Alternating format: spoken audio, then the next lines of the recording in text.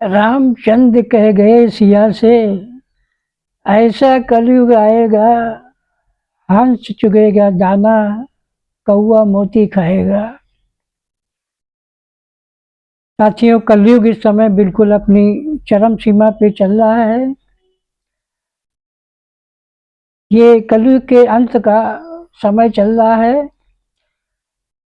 उदाहरण के तौर पे, जैसे जब दीपक बुझने को होता है तो उसकी लौ बढ़ जाती है। अब इस समय कलयुग के जो सिस्टम चल रहे हैं, जो स्थिति चल रही है, वो दीपक के लौ की तरह है। तो ये दिमाग से निकाल दीजिए कि 40,000 वर्ष अभी कलयुग के बाकी है। कलयुग का अंत समय चल रहा है। घर घर में कलह कलेश हो रहा है।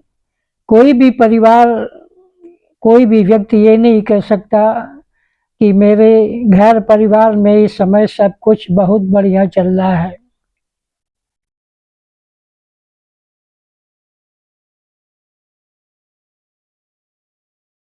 पिता पुत्र,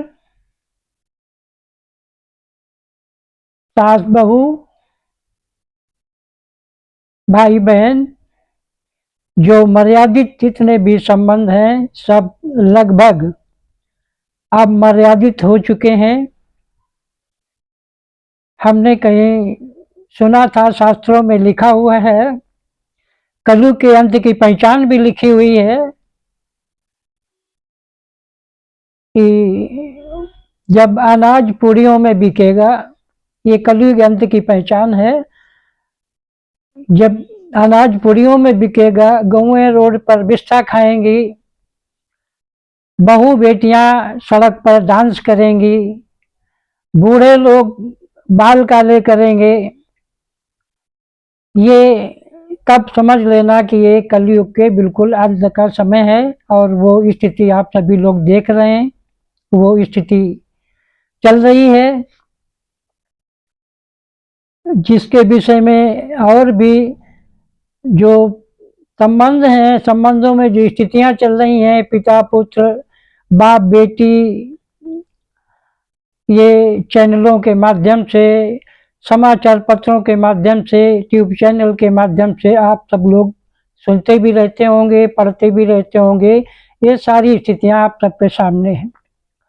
अब सवाल आता है कि इन स्थितियों से कैसे निपटा जाए। तो इसका एक कोई विकल्प नहीं है, ये तो होना ही है।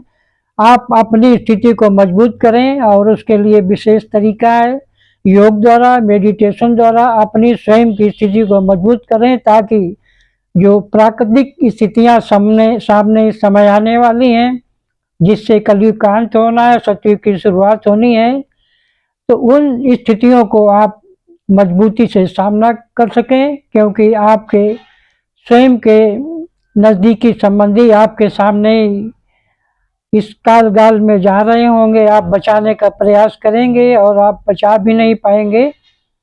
ऐसी स्थितियां आपके सामने आने वाली हैं। ये प्रकृति के सिस्टम का नियम भी है, विधान है।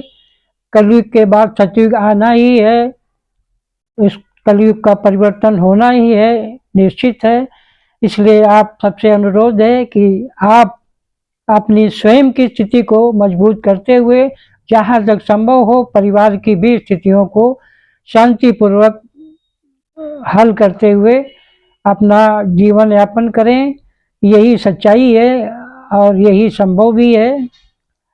इसलिए आप सब लोगों से पुनः निवेदन है कि अपने घर की स्थितियों को भी ठीक करें।